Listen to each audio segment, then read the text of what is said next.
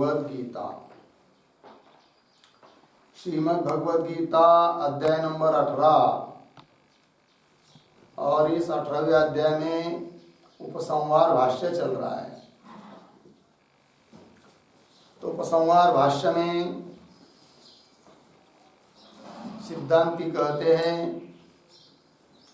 कि जितनी भी कर्म है वो सब अविद्या पूर्वक ही है, अविद्या मूलक है। और अविद्या मूलक कर्म के द्वारा नित्य नैमित्तिक कर्म के द्वारा मोक्ष की सिद्धि हो नहीं सकती है, क्योंकि कर्म सब अविद्या मूलक है। पूर्व पक्षी कहता है कि नहीं, कर्म को अविद्या मूलक कहना ठीक नहीं है, क्योंकि कर्म करने वाला कर्म करता है तो उसको ज्ञान रहता है, विद्या रहती है। कौन सा ज्ञान रहता है उसको? कि वो ये जानता है कि देह से अतिरिक्त कोई मैं हूँ, कि मैं इस कर्म को करूँगा तो उसका फल अगले जन्म में या स्वर्ग आदि में जाकर भोगूंगा। अर्थात देह से अतिरिक्त आत्मा है, इस बात को वो जानता है। और देह से अतिरिक्त आत्मा को जानना यही तो विद्या है। अर्थात कर्म जो हो रहा है वो कैसा हो रहा है? विद्या पूर्वक ही हो रहा है। उस पर सिद्धांती कहते हैं कि ये ठीक नहीं है, क्योंकि देह से अतिरिक्त आत्मज्ञान उसको है, ये जो तुम बोल रहे हो वो उसको आत्मा का यथार्थ वास्तविक है कि नहीं, यथार्थ ज्ञान नहीं है, वो भ्रम ज्ञान है, मिथ्या ज्ञान है। फिर इस पर झगड़ा चालू हुआ। पूर्व पक्षी कहता है वो ज्ञान, कौन सा ज्ञान? कि आत्मा देह से अतिरिक्त है, ये बताया। तो ये जो ज्ञान है भ्रम ज्ञान है, क्योंकि यथार्थ आत्म स्वरूप का ज्ञान उसको नहीं है। आत्मा को आत्मा रूप से उसने जाना नहीं है। दूसरी बात, सिद्धांती पूछेंगे पूर्व पक्षी को कि हे पूर्व पक्षी, जो तुम बोल रहे हो कि कर्म करने वाला जो होता है उसको विद्या रहती है, ज्ञान है, देह से अतिरिक्त आत्मा का ज्ञान है। तो बताओ पूर्व पक्षी, बताओ कि देह से अतिरिक्त उस कर्मकर्ता को यदि ज्ञान है तो कर्म करते समय उसको देह में अहम बुद्धि क्यों हो रही है? नहीं होना चाहिए यदि देह से अतिरिक्त उसको ज्ञान है तो, किंतु देह में अहम बुद्धि हो रही है। उस पर वो पूर्व पक्षी बोलता है ठीक है, कर्म करते समय कर्मकर्ता को देह में अहम बुद्धि हो रही है, किंतु वो अहम बुद्धि गौण प्रत्यय है, इसलिए कोई दिक्कत नहीं। कौन कहता है? पूर्व पक्षी। तो सिद्धांती कहते देह में जो अहम बुद्धि हो रही है कर्मकर्ता को, वो गौण प्रत्यय नहीं है, अपितु क्या है? मिथ्या प्रत्यय है। अब कल तक पूर्व पक्ष ने ये सिद्ध करके दिखाया कि यहाँ पर देहादिकों में जो अहम बुद्धि हो रही है वो क्या है जी?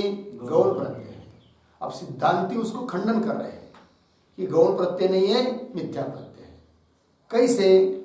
तो देखेंगे, देखिए भाई। तो समाधान से विवरणम, कल लिखा था ना समाधान का विवरण, तो ऊपर एक वाक्य में समाधान दिया था। किस वाक्य में? न तत्कार्येष्वपि गौणत्वोपपत्ते है।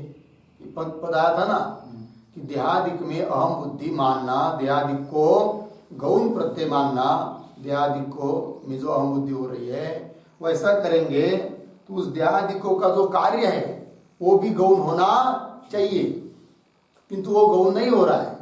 इसका मतलब देह में अहम बुद्धि ये गौण नहीं है, ये कहना है। तो देह के द्वारा होने वाला जो कार्य है वो गौण कैसे नहीं है? ठीक है ना। यदि वो गौण रहता तो अनर्थ के लिए कारण नहीं बनता। गौण नहीं है, इसका मतलब अनर्थ के लिए कारण है। तो बोलेंगे फिर है कैसा वो? तो सिद्धांति कहेंगे मिथ्या है, मिथ्या प्रत्यय है। ठीक है, तो कैसे? एक एक बात को देखते हैं। तो समाधान से विवरणम यहाँ पर हम लोग चल रहे थे, बराबर है ना। तो क्या लिखा है? वाक्यों को पढ़ते हैं। न गौण प्रत्ययस्य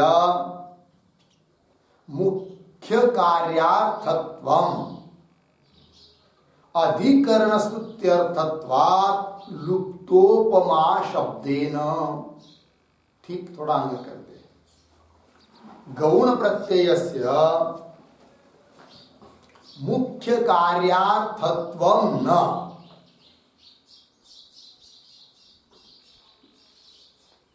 मुख्य कार्यार्थत्वं न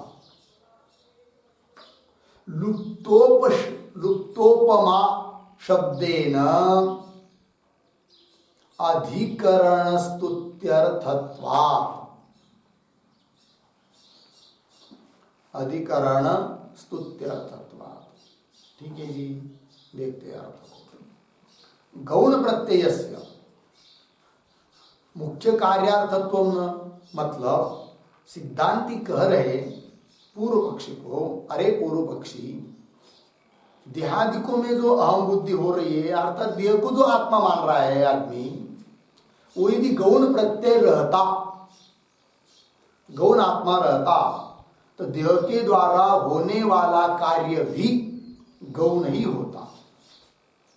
गौण आत्मा के द्वारा किया जाने वाला कार्य मुख्य आत्मा का कार्य होता नहीं है।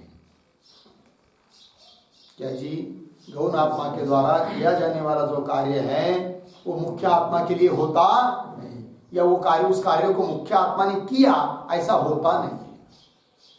जैसे उदाहरण जो दिया था कि पुत्र को अपना ही स्वरूप मान रहा है, आत्मा मान रहा है पिता, तो गौण आत्मा हुआ पुत्र, पुत्र में गौण प्रत्यय है, गौण आत्मा है, गौण आत्मा बुद्धि है, ठीक है ना। स्वयं तो मुख्य हुआ, पुत्र गौण हुआ।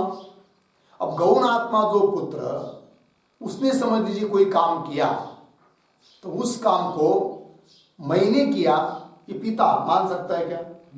नहीं मान सकता है। और यदि मानेगा तो समझ लीजिए पुत्र ने भोजन किया, तृप्ति हो गई पुत्र को, फिर पिता ये कहेगा कि आप मुझे भोजन करने की जरूरत नहीं है, ऐसा नहीं कर सकता है कि नहीं? मतलब गौण आत्मा जो पुत्रादि, उसके द्वारा किया हुआ कार्य मुख्य आत्मा का किया हुआ होता नहीं है। उस प्रकार यदि देहादिक गौण आत्मा है, गौण प्रत्यय उसमें गौण आत्मा है और कर्ता तो देहादिक है, तो देहादिक के द्वारा कार्य यज्ञादिक होने पर मैं किया, अहम करता, ये बुद्धि नहीं होनी चाहिए। क्योंकि जो कर्म करता है उसको तो, हे पूर्व पक्षी, तुम्हारी दृष्टि से कर्मकर्ता को तो ये ज्ञान है ना कि देह से अतिरिक्त आत्मा है करके, तो आत्मा मुख्य हुआ और देह में अहम बुद्धि हो रही, वो गौण आत्मा से हो रही, गौण प्रत्यय तुम कर रहे हो, तो गौण आत्मा हुआ कौन? देह। कार्य किया किसने? देह ने। अब जब देह ने किया तो मैं किया, मैं करता हूं, मैं फल भोगूंगा, ये प्रतीति मुख्य आत्मा को नहीं होनी चाहिए। क्योंकि जो कार्य गौण आत्मा के द्वारा होता है वो मुख्य आत्मा का होता नहीं। जैसे अभी दृष्टांत दिया, उदाहरण दिया, पुत्र ने भोजन किया तो उसकी तृप्ति पिता को नहीं हो सकती है। किंतु यहां पर हो क्या रहा है? कार्य तो हो रहा है देह से, और मान क्या रहा है? मैंने किया।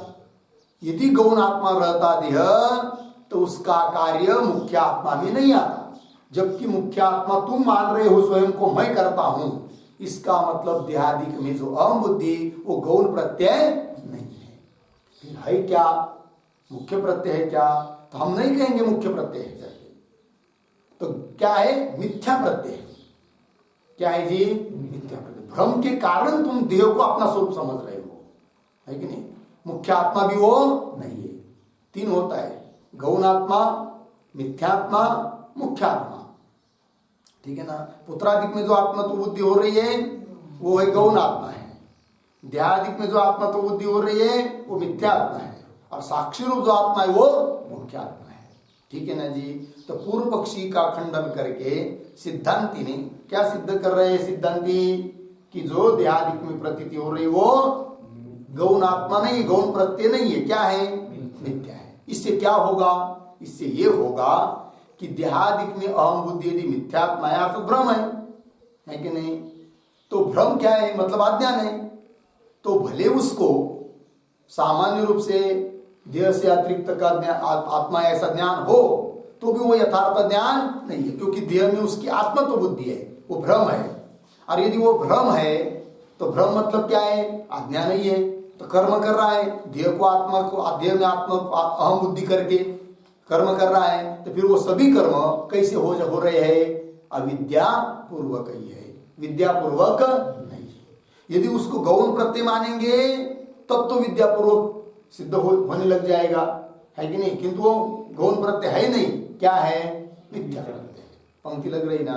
देखिए भाई, गौण प्रत्ययस्य मुख्य कार्यार्थत्वम न, गौण प्रत्यय जो होता है, गौण प्रत्यय के द्वारा किया हुआ जो भी काम है वो मुख्य कार्यार्थत्वम न, अधिकरण स्तुत्यर्थत्वात्, क्योंकि गौण प्रत्यय जहां पर भी हो रहा है वो अधिकरण की स्तुति के लिए गौण प्रतीति होती है और उसका कोई फल नहीं होता है। तो दो कार्य, गौण प्रत्यय, गौण आत्मा समझिए, तो गौण आत्मा के द्वारा जो कार्य हो रहा है मुख्य आत्मा का नहीं होता है। क्यों?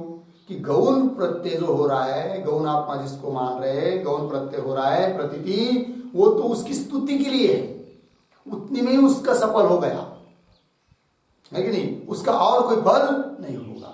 जैसे उदाहरण देंगे, सिंहो देवदत्त, है कि नहीं?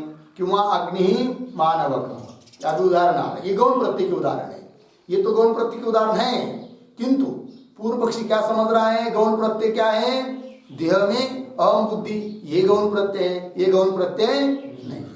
लग गया जी? वो मिथ्या प्रत्यय है, रज्जु सर्प की तरह। ठीक है जी। तो अधिकरण की स्तुति के लिए, जैसे सिंहो देवदत्त अग्नि मानवक, ये कहने से देवदत्त की स्तुति के लिए वो प्रयोग है कि सिंह की तरह क्रूरता आदि देवदत्त में है, तो देवदत्त की स्तुति हुई। इसके लिए नहीं वो प्रयोग किया जाता है कि सिंहो देवदत्त, ऐसा कहने से सिंह का कार्य जो है हत्या आदि को समझ लीजिए मारना, वो कार्य देवदत्त करता है, ये तात्पर्य नहीं है कि नहीं? ये कह रहे हैं। लग गया पंक्ति? तो ठीक देखिए भाई, अधिकरण स्तुत्यर्थत्वात् लुप्तोपमा शब्देन, लुप्तोपमा शब्देन का अर्थ लिखिए अप्रचलित उपमा शब्देन,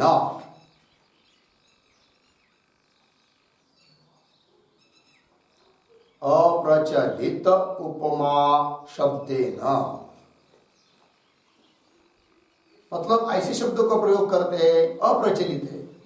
देवदत्त के लिए सिंह तो सिंह ही होता है, देवदत्त को सिंह कोई नहीं कर सकता है, तो भी प्रयोग हो रहा है। तो वही लुप्तोपमा शब्देन का अर्थ कर दिया अप्रचलित उपमा शब्देन, विराम लिखेंगे और थोड़ा सा आगे, सिंह इव इत्यर्थे,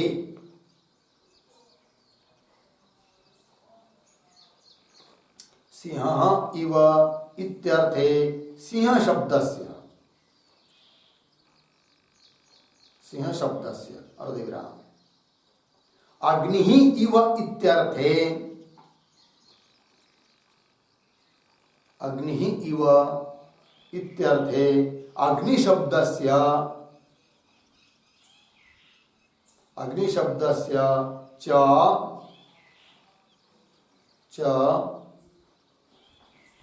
देवदत्त मानवक रूप अधिकरण,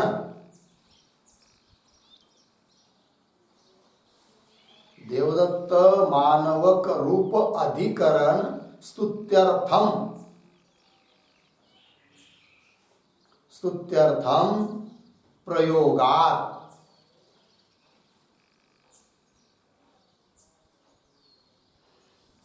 प्रयोगात् सिंहाग्नि शब्दो, सिंहाग्नि शब्दो लुप्तोपमा शब्दो,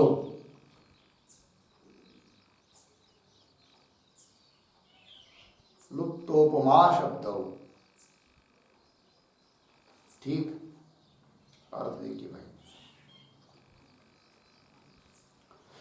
ये जो सिंह देवदत्त अग्नि मानवक ये शब्द, ये अर्थ प्रयोग किया रहा है, शब्द का प्रयोग किया जा रहा है। देवदत्त में अग्नि का, देवदत्त में सिंह और मानवक में अग्नि, तो किस अर्थ में है? सिंह इव, इस अर्थ में वो प्रयोग है, सिंह की तरह, सिंह की तुल्य, इस अर्थ में वो प्रयोग है सिंह शब्द का। और अग्नि ही इव, अग्नि की तरह इस अर्थ में प्रयोग है, न कि अग्नि ही मानवक है, यह अर्थ में नहीं। अग्नि ही इव इत्यर्थे अग्नि शब्द से और सिंह शब्द का प्रयोग है। किसके लिए है वो? देवदत्त रूप अधिकरण और मानवक रूप अधिकरण के स्तुति के लिए है। इसलिए यहाँ के जो शब्द है सिंह और अग्नि वो लुप्तोपमा शब्द है। ठीक है जी, चलिए। तो क्या अर्थ हुआ? गौण प्रत्ययस्य मुख्य कार्यार्थत्वम न। क्यों भाई? लुप्तोपमा शब्देन अधिकरण स्तुत्यर्थत्वा। ठीक, थोड़ा लिखेंगे इस पर भी, गौण प्रत्यय से इसके आधार पर। अथ सिद्धांतांशम, अथ सिद्धांतांशम विवृणोति।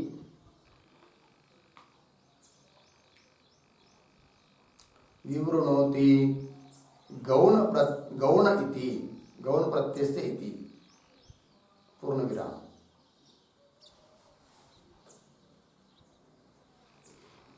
आगे, यदि देहादिषु अहम प्रत्ययः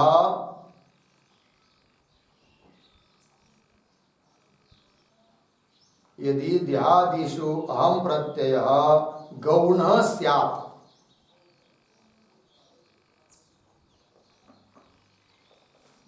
गौणः स्यात् तर्हि देहादि कार्याणि अपि,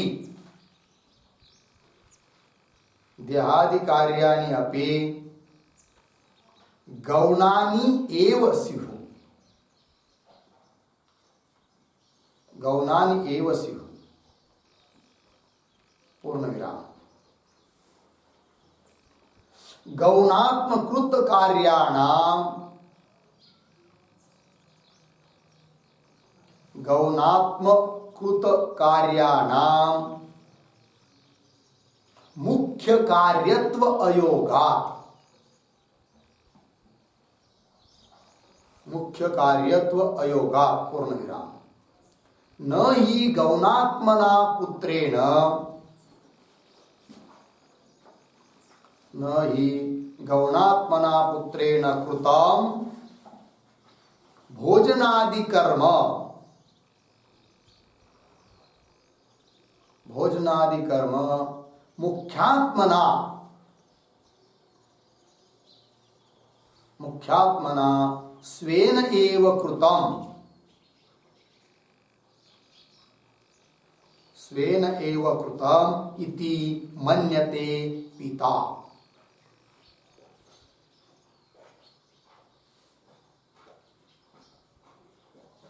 इति मन्यते पिता। पूर्ण विराम। तस्मात् गौणात्मना देहादि संघातेन, गौणात्मना देहादि संघातेन कृतं कार्यम,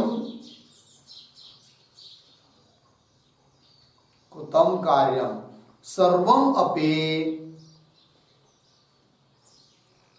सर्वम अपि मुख्यात्मानं प्रति, मुख्यात्मानं प्रति गौणम एव, गौणम एव। अर्धविराम। न मुख्यम, न मुख्यम अर्धविराम। मुख्यात्मना तस्य, मुख्यात्मना तस्य अकृतत्वात्, अकृतत्वात्। पूर्ण विराम। प्रकृते तो, प्रकृते तो देहादि संघात कृतं कर्म, देहादि संघात कृतं कर्म स्वेन एव कृतं, स्वेन एव कृतं मुख्यम कर्म, मुख्यम कर्म इति एव प्रत्येति आत्मा, इति एव प्रत्येति आत्मा। पूर्ण विराम। मया गतम अर्धविराम, भुक्तम अर्धविराम, स्नातम स्नातम अर्धविराम, हुतम हुतम इत्यादि व्यवहारात्, इत्यादि व्यवहारात्। पूर्ण विराम। तस्मात् संगात कार्येषु, संगात कार्येषु मुख्य कार्यत्व दर्शनात्, मुख्य कार्यत्व दर्शनात्, गौण कार्यत्व अदर्शनाच्च,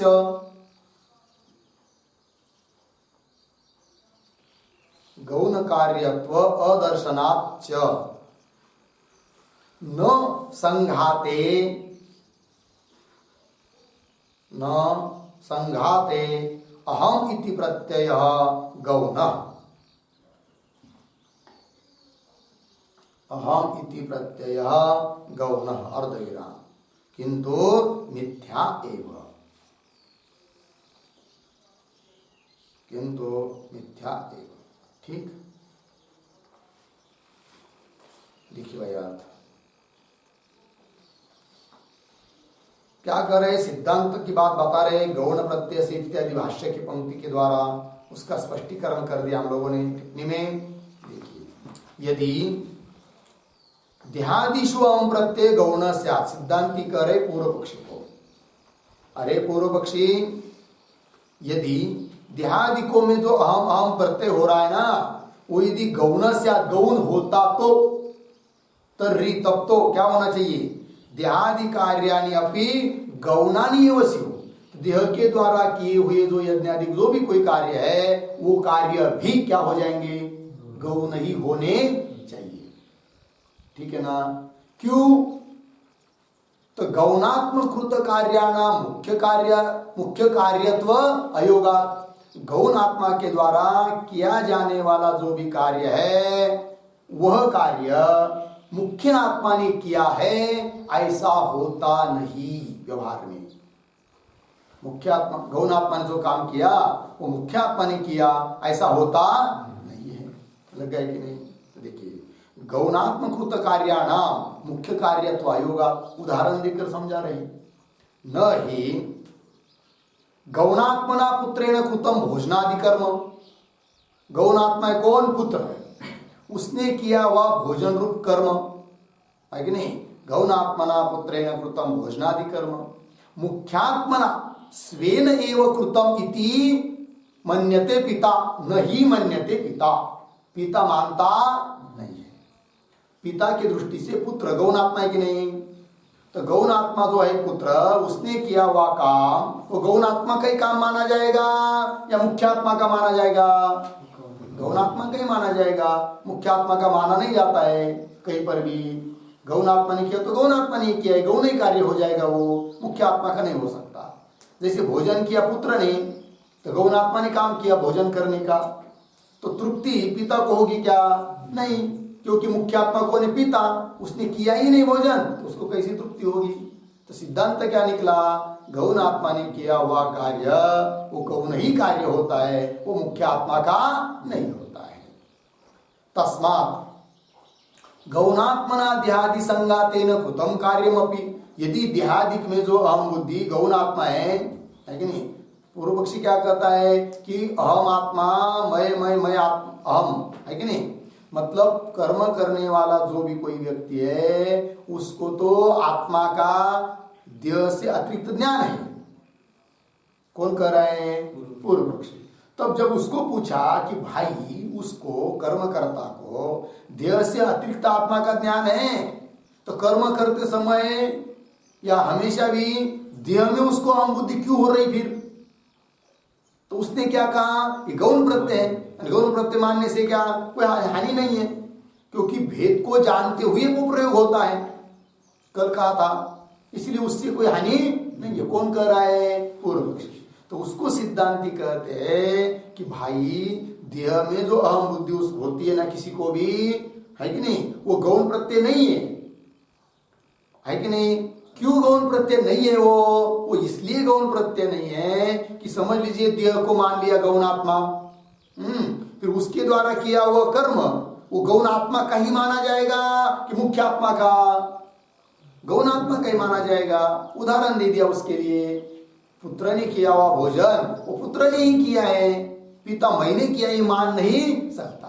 किंतु यहां पर तो गड़बड़ हो रही इधर सिद्धांत में। कर्म कर रहे कौन? देहादिक, और मान कौन रहा है? मैंने किया, अहम करता। ये थोड़ी कहता है वो कि देह ने कर्म किया, देखो कितना अच्छा देह मेरा, उसने कर्म कर दिया, देह का कर्म है, ऐसा मानता है क्या? क्या मानता है? फिर मैंने किया तभी तो कहता है मैं भोगूंगा, है कि नहीं? मतलब कर्म कर रहा है गौण और मान रहा है मुख्य। यदि देहादिक में अहम बुद्धि गौण होती तो उसने किया हुआ कर्म भी गौण नहीं होता, उसका फल भी गौण नहीं होता, गौण को ही होता, मुख्य को नहीं होता। किंतु या तो मुख्य को हो रहा है, इसका मतलब ये गौण प्रत्यय नहीं है। लग गया पंक्ति? देखिए भाई, तस्मात् गौणात्मना देहादि संगातेन, गौणात्मा जो देहादि संगात है उसके द्वारा कृतम कार्यम, किया हुआ कार्य, सर्वमपि मुख्यात्मानं प्रति, मुख्य आत्मा के प्रति क्या है? गौणम एव, मतलब गौण होना चाहिए, गौणम एव, न मुख्य, मुख्य नहीं होना चाहिए। क्यों? मुख्यात्मना तस्य अकृतत्वात्, मुख्य आत्मा जो उसने वो किया ही नहीं है कि नहीं? तो मुख्यात्मा की दृष्टि से देह के द्वारा किया हुआ कार्य गौ नहीं होना चाहिए, वो मुख्य नहीं होना चाहिए। किसके लिए? मुख्यात्मा के लिए, है कि नहीं? पंक्ति लगेगी नहीं सबको? पुनः देखिए, तस्मात् से, तस्मात् गौणात्मा जो देहादि संगात, गौणात्मना देहादि संगातेन कृतम कार्यम सर्वमपि मुख्यात्मानं प्रति, मुख्यात्मा की दृष्टि से गौणम एव, गौण ही होना चाहिए, न मुख्य, मुख्य नहीं होना चाहिए। क्यों? मुख्यात्मना तस्य अकृतत्वात्, मुख्यात्मा ने वो किया ही नहीं है। किंतु यहां पर तो गड़बड़ हो रही है, कर रहा है देह और मान रहा है स्वयं, इसका मतलब वो गौण आत्मा है नहीं। गौण आत्मा रहता तो गौण ही होना चाहिए, उसके लिए मुख्यात्मा के लिए देह ने किया हुआ कार्य गौण ही होना चाहिए था, गौण तो हो नहीं रहा है कि नहीं? चलिए, न मुख्य, क्यों? मुख्यात्मना तस्य अकृतत्वात्, हो गया प्रकृते। अब प्रकृत प्रसंग में क्या गड़बड़ हो रही है? होना क्या चाहिए ये बताया, वैसा हो नहीं रहा है कि नहीं? कैसा हो रहा है वो लिख रहे हैं। प्रकृते तो देहादि संगात कृतम कर्म, कर्म कौन कर रहा है? देहादि संगात। तो देहादि संगात कृतम कर्म स्वेन एव कृतम मुख्यम कर्म इत्येव प्रतीति आत्मा, कर रहा है देहादि संगात, किंतु मान क्या रहा है मुख्यात्मा? स्वेन एव कृतम, मैंने ही किया। मुख्य कर्म, उसको गौण कर्म मानना चाहिए तो मुख्य कर्म मान रहा है, लेकिन इसका मतलब वो गौण आत्मा नहीं है। गौण आत्मा होता तो गौण नहीं मानता उस कर्म को। समझ में आया ना?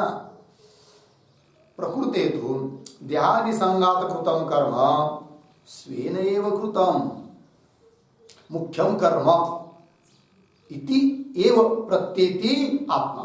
कैसे? उदाहरण दिया, मया गतम, गया कौन?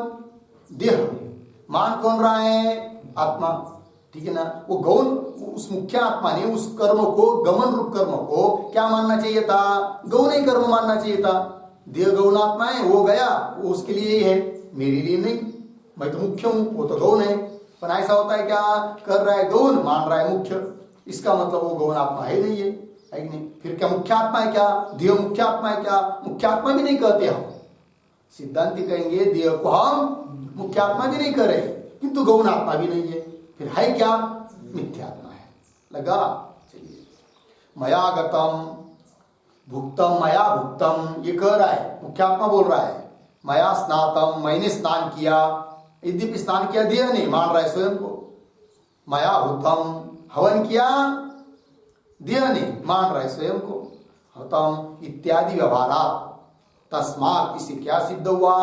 तस्मात् संघात कार्येषु मुख्य कार्यत्व दर्शनात्, संघात कार्यों में, संघात मतलब देहादि संघात, उसका जो भी कार्य है, कर्म है, उसमें मुख्य कार्यत्व दिखाई दे रहा है।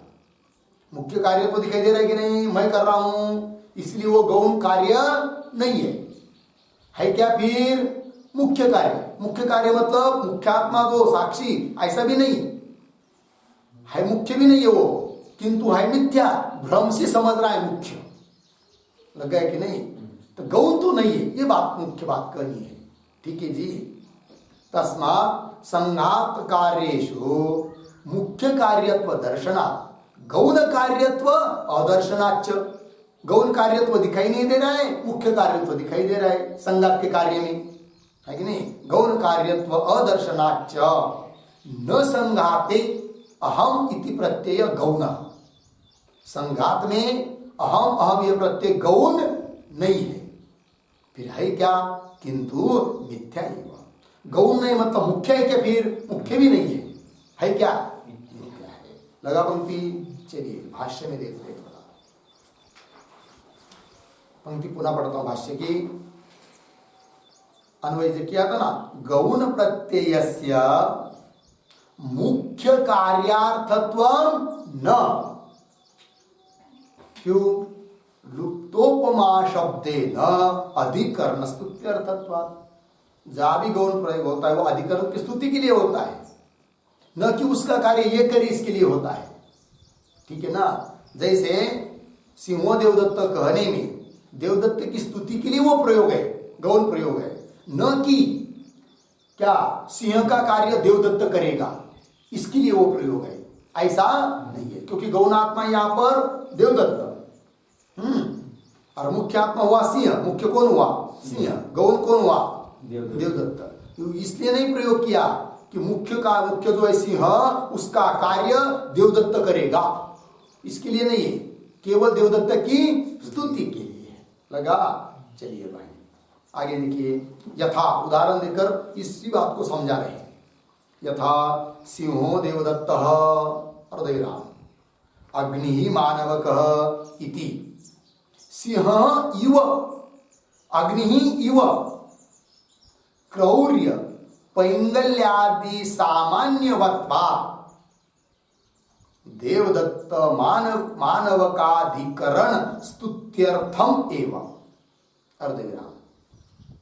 ठीक है। न तो सिंह कार्यम अग्नि कार्यम वा गौण शब्द प्रत्यय निमित्तम किंचित साध्यते। अर्धविराम। मिथ्या प्रत्यय कार्यम तो अनर्थम अनुभवति। देखिए भाई एक बात को बहुत कम कहें तो गौण प्रयोग किस लिए होता है इस बात को पहले समझा रहे हैं, फिर किस लिए नहीं होता है इस बात को पुनः बताएंगे डबल दूसरी तरफ। ठीक है। तो पहले बात को देखते हैं। यथा सिंह देवदत्त, ये पहला प्रयोग हुआ। अग्नि ही मानवक, मानवक कहते बालक को। ठीक है ना? लिखते मानवक शब्द पर भी एक वाक्य। मानवक बाल,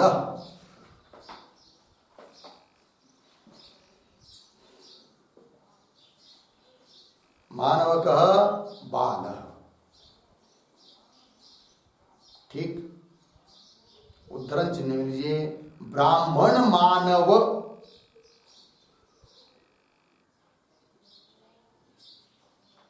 पूरा सूत्र बाद में लिख लीजिएगा। सूत्र का नंबर बताते 4-2-42।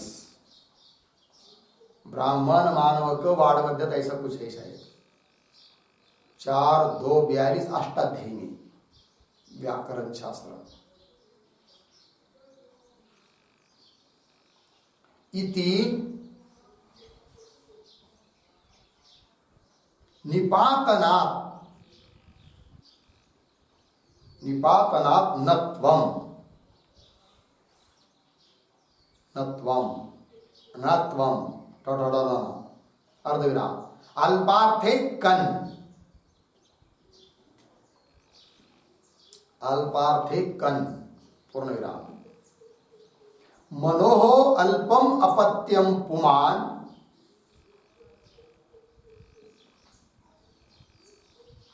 मनोः अल्पम अपत्यम पुमान मानवकः,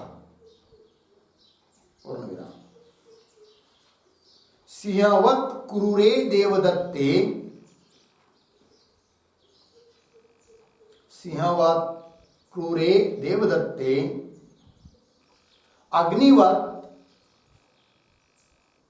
अग्निवत पिंगल वर्णे मानवके च, पिंगल वर्णे मानवके च सिंहः इति, सिंहः इति अर्धविराम।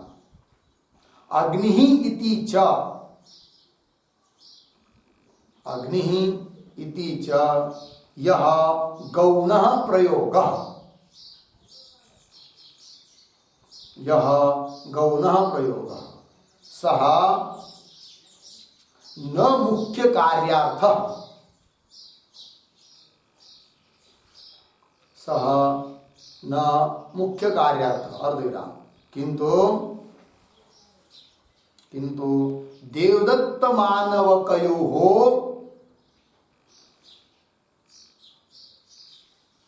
देवदत्त मानवकयोः स्तुत्यर्थः एव, स्तुत्यर्थः एव। ठीक, चलिए भाई देखिए अर्थ को। तो मानवक मतलब बाल, बालक, तो उसमें ब्राह्मण मानव वो सूत्र है। तो मानव शब्द है मूल में, तो उसमें न कैसे हुआ तो निपातन कर दिया है, बना बना कर दे दिया है, इसलिए उसको में कोई सोचना नहीं है। तो मानव, तो मानव शब्द हुआ, तो इसमें कन प्रत्यय हो गया अल्पार्थ में, तो शब्द बन गया मानव का। ठीक है, तो अर्थ क्या है फिर? अल्पार्थ में कन हुआ है, इसलिए मनोहो अल्पम अपत्यम पुमान, मनोह मनुष्य का, अल्प अपत्य लहान बालक, पुल्लिंगी बालक, लहान छोटा सा पुल्लिंगी बालक जो है मनुष्य का, उसको बोलते हैं मानव का, बालक को।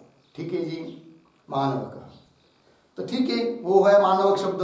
अब सिंह मानव के इस पर आते हैं, तो आगे बता रहे हैं सिंहवत क्रूरे देवदत्ते। देवदत्त कैसा है? अत्यंत सिंह की तरह कैसा है? अत्यंत क्रूर है, इसलिए सिंह शब्द का प्रयोग कर दिया। किसके लिए? देवदत्त के लिए। तो सिंहवत क्रूरे देवदत्ते एक बात हुई। और अग्नि मानव किसके लिए? अग्नि जैसा पीले पीले कलर का है, उस प्रकार बालक भी बहुत देखने को एक भी पीला कलर का हो, अच्छा हो, तो उसको भी बोला जाता है क्या? अग्नि मानवकः। ये मानव क्या है भाई? अग्नि है, मतलब अग्नि की तरह पीले कलर का है, ये तात्पर्य है। ठीक, तो चलिए, अग्निवत पिंगल वर्णे मानवके च, मानवक में सिंह इति, देवदत्त में सिंह शब्द का प्रयोग, मानवक में अग्नि शब्द का प्रयोग, इति च यह गौण प्रयोग, गौण प्रयोग, सह न मुख्य कार्यार्थ, वो मुख्य कार्य उसके द्वारा हो जाए इसके लिए वो प्रयोग नहीं है। ऐसा नहीं है क्या कि जैसे अग्नि दाह करता है वो इस प्रकार वो मानवक भी दाह करेगा, ऐसी बात नहीं है, जलाएगा नहीं वो मानवक। यह गौण प्रयोग सा न मुख्य कार्यार्थ, किंतु किस लिए फिर वो गौण प्रयोग? किंतु देवदत्त मानवकयो हो स्तुत्यर्थम, है कि नहीं? प्रयोग का अधिकरण जो देवदत्त और मानव, उनकी स्तुति के लिए वो प्रयोग है। लगा पंक्ति? अब देखिए भाष्य में, यथा सिंह देवदत्त अग्नि मानवक इति, सिंह इव अग्नि, सिंह की तरह है, सॉरी सिंह इव अर्धविराम, या लगे सिंह की तरह है कौन? देवदत्त। अग्नि ही इव, अग्नि की तरह है कौन? मानव। अग्नि ही इव क्रौर्य पैंगल्यादि, तो पहले उदाहरण में क्रौर्य लेना है, दूसरे उदाहरण में पैंगल्य, पिंगलता, पिंगल वर्ण। क्रौर्य पैंगल्यादि सामान्यवत्वा, सामान्य धर्म से युक्त होने के कारण देवदत्त मानवक अधिकरण स्तुत्यर्थम है कि नहीं। इस प्रयोग का अधिकरण जो देवदत्त और मानवक उनके स्तुति के लिए ये शब्द का प्रयोग किया गया है। देवदत्त मानवक अधिकरण स्तुत्यर्थम एव लग गया ना कि प्रयोग किसके लिए किया गया ये बताया अभी तक, गौण प्रयोग अर्धविराम एवं की बात। किसके लिए ये प्रयोग नहीं है वो बता रहे आगे के वाक्य में। थोड़ा अन्वय करेंगे आगे के वाक्य का, कैसा पढ़ते देखिए। तू, दो तीन शब्द छोड़कर आगे, गौण शब्द प्रत्यय निमित्तम किंचित सिंह कार्यम अग्नि कार्यम वा, सिंह कार्यम अग्नि कार्यम वा न साध्यते, न साध्यते अर्धविराम। आगे पुनः एक शब्द छोड़कर तू, पीछे मिथ्या प्रत्यय कार्य अनर्थम अनुभवती। ठीक है, चलिए भाई तो देखिए, तो ये जो गौण प्रयोग हो रहा है सिंहो देवदत्त अग्निमानव का, वो किस लिए हुआ है करते हैं वो बात बता दी। अब ये प्रयोग किसके लिए नहीं है इस बात को कह रहे तू, परंतु गौण शब्द प्रत्यय निमित्तम, गौण शब्द का, गौण शब्द और गौण प्रत्यय दोनों लेना है। गौण शब्द का प्रयोग और गौण का ज्ञान, ठीक। तो गौण शब्द प्रत्यय निमित्तम, ठीक है ना, किंचित सिंह कार्यम अग्नि कार्यम वा न साध्यते, कुछ भी सिंह का कार्य अथवा अग्नि का कार्य इससे सिद्ध नहीं किया जा सकता है कि नहीं। फिर प्रयोग किसके लिए किया, क्यों किया, अधिकरण की देवदत्त मानवक की स्तुति के लिए। मतलब जहां भी गौण प्रयोग होता है या गौण बुद्धि होती है वो अधिकरण की स्तुति के लिए होती है, न कि उसके द्वारा कोई कार्य सिद्ध किया जाता है। ठीक है ना, चलिए, न किंचित साध्यते लिखते इस वाक्य के ऊपर एक वाक्य,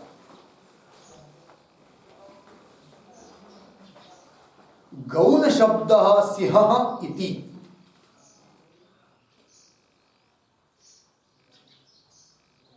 गौण शब्द सिंह इति अर्धविराम, अग्नि इति च, अग्नि इति च प्रयोगः इति यावत्, इति यावत् पूर्ण विराम, प्रत्यय ज्ञानम, प्रत्यय बराबर ज्ञानम,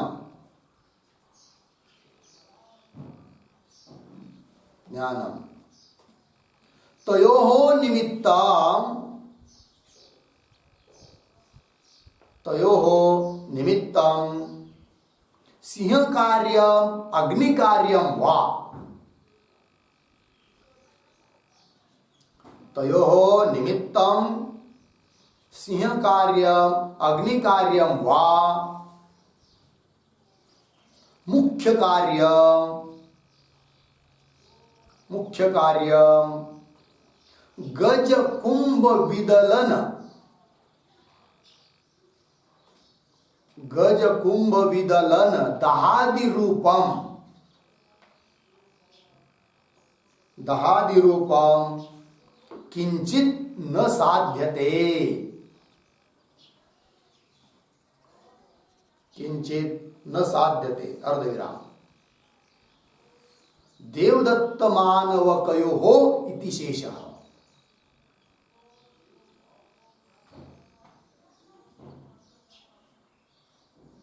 देवदत्त मानवकयोः इति शेषः पूर्ण विराम, सिंहो देवदत्त इति, सिंहो देवदत्त इति अग्नि मानवक इति च, इति च प्रयुञ्जानः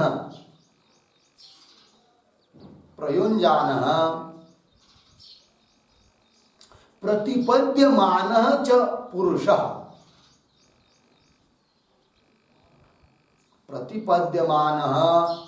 पुरुषः देवदत्ते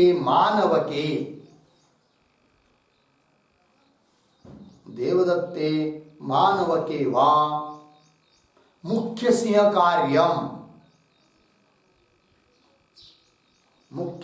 कार्यम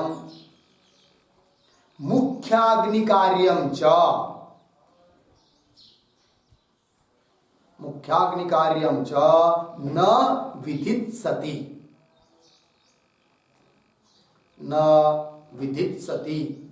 असंभवात् पूर्ण विराम। किंतु सिंहवत् क्रूरः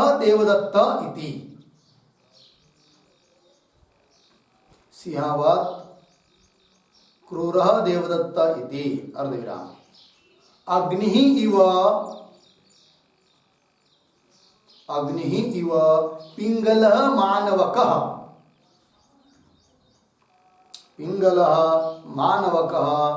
इति च स्तुतिम् एव चिकीर्षति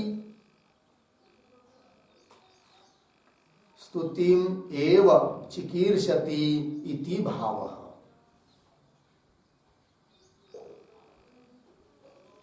ठीक, देखिए भाई,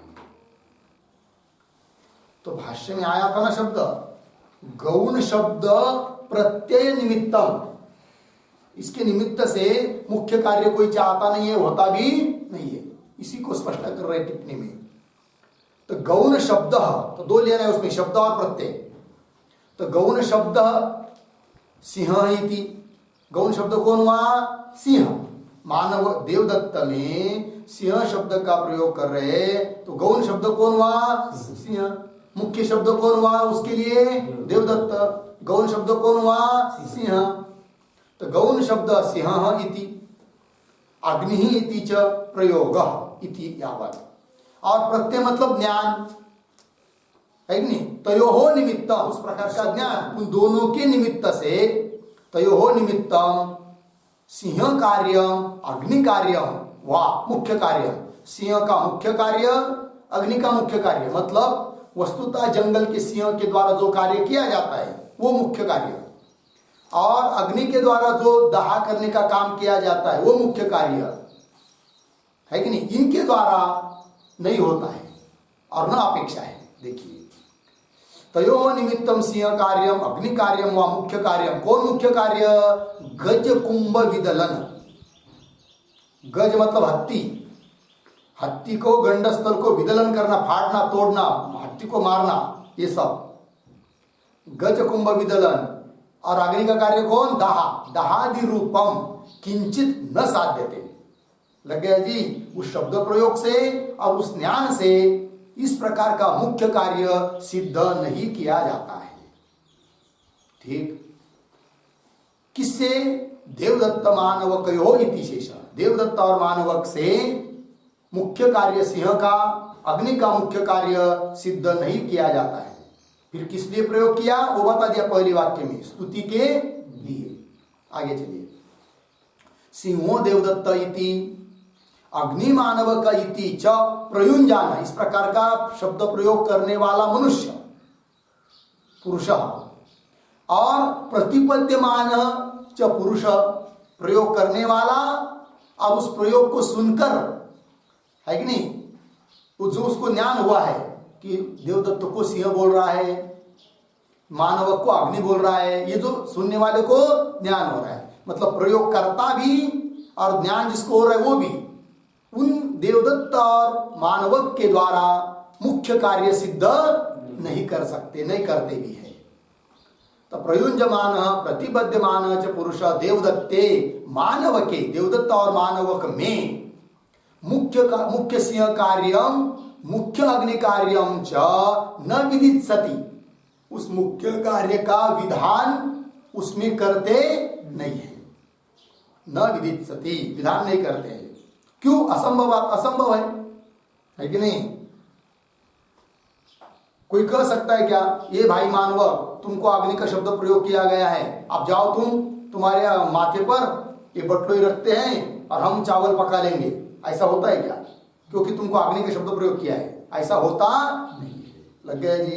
इसी प्रकार न विदित्सति, असंभवात, पूर्ण विराम हुआ।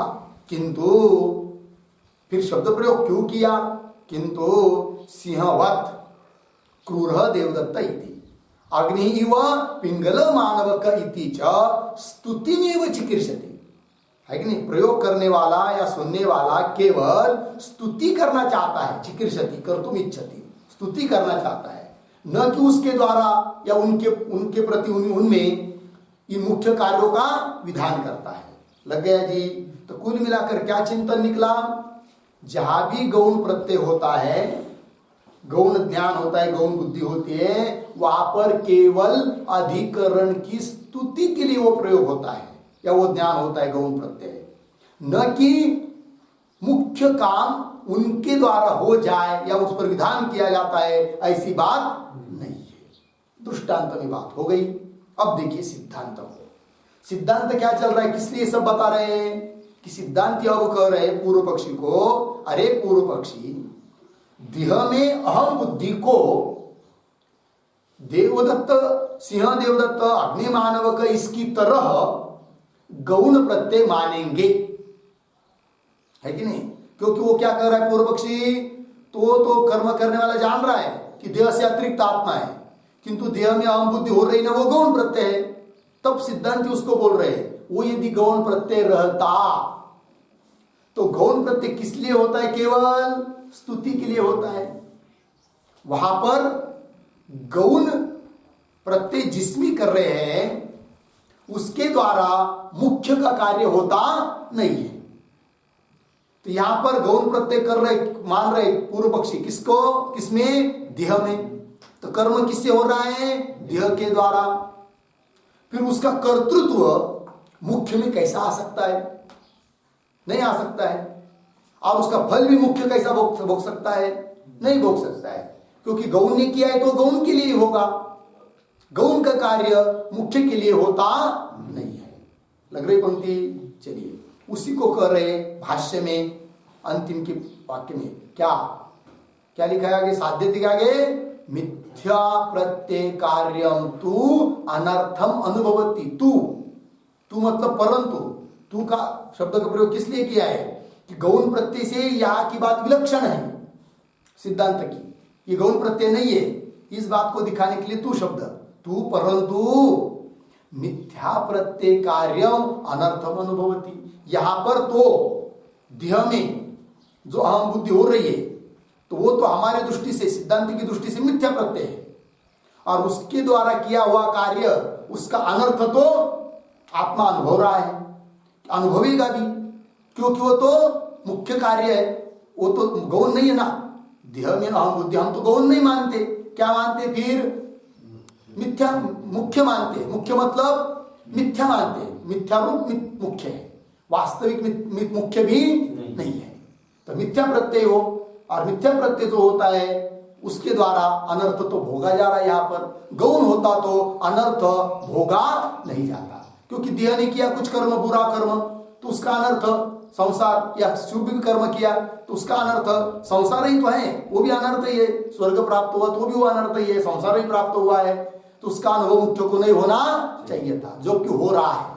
इसका मतलब वो गौण प्रत्यय नहीं है, वो क्या है? मिथ्या प्रत्यय। पंक्ति लग रही? तू मिथ्या प्रत्यय कार्यम अनर्थम अनुभवती। लगा?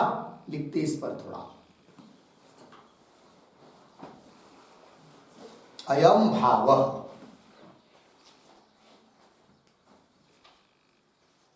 देहादि संगात कार्येषु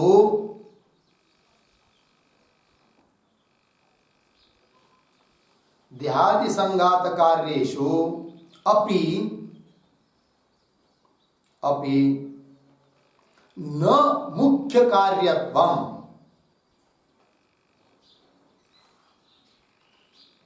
देहादि संघात कार्येषु अपि न मुख्य कार्यत्वं किंतु देहादि संघातम अनात्मानं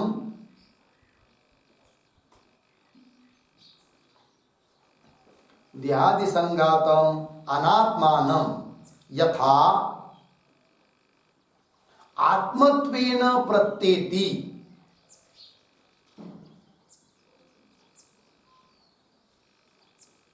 आत्मत्वेन प्रत्येति तथा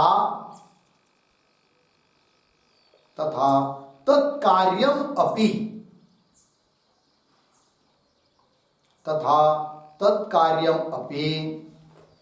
आत्मकार्यत्वेन प्रत्येति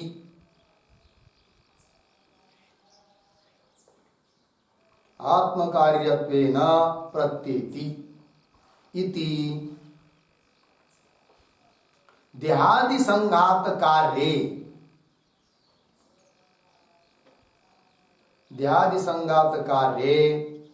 मिथ्यात्म कार्यत्वम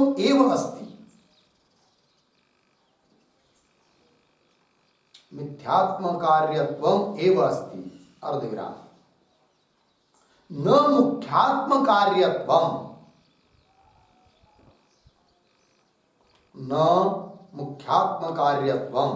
पूर्णविराम तत्र च मुख्यात्म कार्यत्व प्रत्यय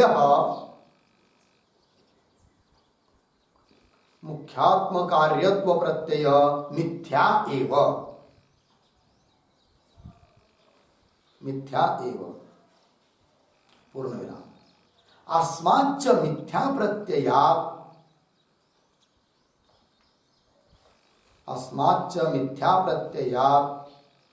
अज्ञस्य संसार बंधः एव इति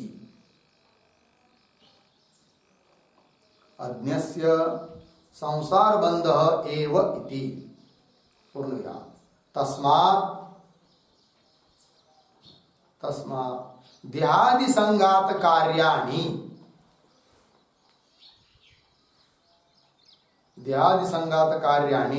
न गौणानि अर्धविराम नापि मुख्यानि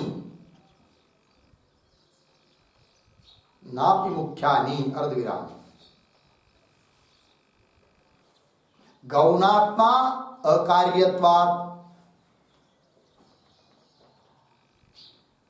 गौणात्मा कार्यत्वात् अर्धविराम मुख्यात्मा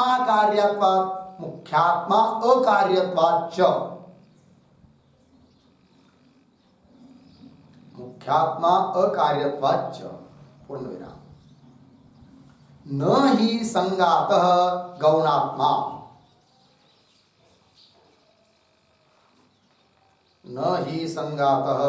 गौणात्मा नापि मुख्यात्मा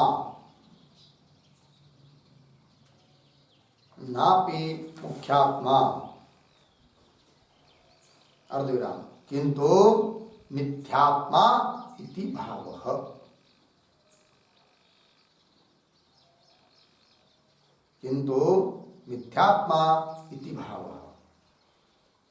पूर्णविराम कूटस्थः मुख्यात्मा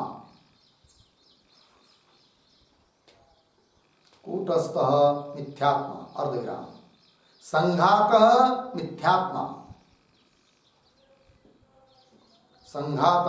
मिथ्यात्मा अर्धविराम पुत्रादिः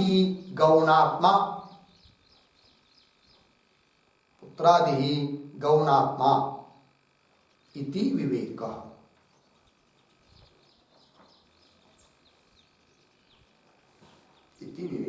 ठीक। चलिए भाई अर्थ को देखिए। तो देहादि अयम भाव देहादि संगात कार्येषु अपि न मुख्य कार्यत्व। ठीक है जी, देहादि संगात का जो कार्य है उसमें भी मुख्य कार्यत्व नहीं है। सिद्धांति कह रहे हम उसको उसमें मुख्य कार्यत्व भी नहीं मानते हैं, किंतु देहादि संगातम फिर है क्या, मतलब गौण कार्यत्व भी नहीं है, मुख्य कार्यत्व भी नहीं है। ठीक, देखिए कि पंक्ति को, देहादि संगात कार्येषु अपि न मुख्य कार्यत्व किंतु देहादि संगातम अनात्मानम, देहादि संगात, देहादि समुदाय आत्मा है क्या अनात्मा है, अनात्मा है। तो देहादि संगातम अनात्मानम यथा आत्मत्वेन प्रत्येति, किंतु उसको आत्मा रूप से समझा जा रहा है अज्ञान के कारण, आत्मत्वेन प्रत्येति तो मिथ्यात्मा हुआ। तथा तत्कार्यमपि आत्मकार्यत्वेन प्रत्येति, मतलब देह अनात्मा है उसको आत्मा समझा जा रहा है और उसके कार्य को भी क्या समझा जा रहा है, आत्मा कार्य है करके ऐसे समझा जा रहा है, जबकि वो मिथ्यात्मा है कि नहीं। देह में आत्मा, देह को आत्मा समझना क्या है जी, मिथ्यात्मा है। फिर उसके द्वारा किया जाने वाला कार्य भले अज्ञान के कारण आदमी समझ रहा है कि मुख्य आत्मा का कार्य है, मैं कर रहा हूं, किंतु वो भी क्या है जी, मिथ्या ही, मिथ्यात्म कार्य ही है। ठीक, चलिए, क्योंकि मुख्य आत्मा जो एक काटकुटस्थ, वो तो करता धरता कुछ नहीं है। पंक्ति देखिए, किंतु देहादि संगातम अनात्मानं यथा आत्मत्वेन प्रत्येति तथा तत्कार्यमपि आत्मकार्यत्वेन प्रतीति, आत्मा का कार्य ऐसी प्रतीति आती है लोगों को, प्रत्येति इति देहादि संगात कार्य, देहादि समुदाय का जो कार्य है, कर्म है, उसमें मिथ्यात्म कार्यत्व एवं अस्ति। क्या है जी, मिथ्यात्म कार्यत्व है, क्या नहीं है, न मुख्यात्म कार्यत्व, मुख्यात्म कार्यत्व नहीं है। तत्र च मुख्यात्म कार्यत्व प्रत्यय मिथ्या एवं, देहादि संगात के द्वारा जो कार्य हो रहा है वो मिथ्यात्म कार्य है, मुख्यात्म नहीं है। किंतु भ्रम के कारण आदमी समझ नहीं पा रहा है कि मिथ्यात्म कार्य करके क्या समझता है, मुख्यात्म कार्य है, वो भी भ्रम है। तत्र च मुख्यात्म कार्यत्व प्रत्यय मिथ्या एवं, लगा आगे, अस्माच्च मिथ्या प्रत्ययात्, तो मिथ्या, मिथ्यात्मा हुआ है कि नहीं, मिथ्या प्रत्यय हुआ, अस्माच्च मिथ्या प्रत्यया, कौन मिथ्या प्रत्यय कि कर रहा है, कौन, देह है कि नहीं, मिथ्या है देह, उसके द्वारा किया हुआ कार्य भी मिथ्या है, किंतु आदमी समझ रहा है क्या, मैं करता हूं, है कि नहीं, तो वो मिथ्या प्रत्यय हुआ। फिर मैं अहम करता, ये जो प्रत्यय हुआ ये कौन प्रत्यय है, मिथ्या प्रत्यय, मिथ्या ज्ञान है। और अस्माच्च मिथ्या प्रत्ययात् अज्ञस्य संसार बंध एवं, अज्ञानी लोगों को संसार बंध हो जाता है कि नहीं, वो संसार बंध भी यद्यपि मिथ्या ही है, किंतु समझ नहीं पा रहा है कि मिथ्या है करके, अज्ञ से संसार बंध एवं इति तस्मात् देहादि संगात कार्याणि न गौणानि, कुल मिलाकर क्या हुआ, देहादि संगात का कार्य न गौणानि, गौण नहीं है, नापि मुख्यानि, मुख्य भी नहीं है। फिर क्या है, मुख्य क्यों नहीं है और गौण क्यों नहीं है वो बता रहे। गौण क्यों नहीं भाई, गौणात्मा अकार्यत्व, गौणात्मा देवदत्तादि है कि नहीं, उसने थोड़ी किया है वो, क्योंकि देह में अहम बुद्धि हम गौण मानते ही नहीं है, तो गौण आत्मा के द्वारा न किया नहीं है, इसलिए देह के द्वारा किया हुआ कार्य गौणात्मा कार्य नहीं है। लग गया जी, क्यों, गौणात्मा अकार्यत्व। फिर बोलेंगे भाई नापि मुख्यानि, देहादि संगात के द्वारा किया हुआ कार्य मुख्य भी नहीं है, क्यों, उसका भी हेतु मुख्यात्मा अकार्यत्वात्, मुख्यात्मा जो कुटस्थादिक उसने थोड़ी वो किया है, किया नहीं है, इसलिए मुख्यात्मा भी नहीं हो, कौन, देहादिकों का कार्य न गौणात्, क्या न गौण कार्य है न मुख्य कार्य है, फिर है क्या, मिथ्या, मिथ्या कार्य हो। न ही संगात गौणात्मा, संगात गौणात्मा नहीं है, ना भी मुख्यात्मा, कौन, किंतु कौन है, मिथ्यात्मा है कि नहीं, और मिथ्यात्मा के द्वारा किया हुआ कार्य भी मिथ्या कार्य है, और उसके लिए प्रतीत होने वाला संसार अज्ञानी को प्रतीत हो रहा है, अज्ञानी उसको सच समझ रहा है, वो भी मिथ्या ही है। ठीक है, तो बोलेंगे भाई मुख्यात्मा कौन है, गौणात्मा कौन है और मिथ्यात्मा कौन है, तो बता दिया अंतिम के पंक्ति में, मुख्यात्मा कौन है, कूटस्थ, यह है मुख्यात्मा, और संगात मतलब देहादि समुदाय, ये हुआ मिथ्यात्मा, और पुत्र वगैरह ये हुए गौणात्मा। लग गया जी। चलिए, तो भाष्य में जो पंक्ति आई थी ना अंतिम में, तू मिथ्या प्रत्यय कार्यम अनर्थम अनुभवती, किंतु यहां पर तो मिथ्या प्रत्यय कार्य जो अनर्थ, मिथ्या प्रत्यय का कार्य जो अनर्थ, मिथ्या हुआ देहादिक मिथ्यात्मा, उसके द्वारा किया हुआ कार्य वो हुआ मिथ्या कार्य, और उसके द्वारा अनर्थम, अनर्थ का तो अनुभव कर रहा है। लग गया? एक पंक्ति और लिखते इस पर, मिथ्या प्रत्यय कार्य अनात्मनि देहादि संघाते,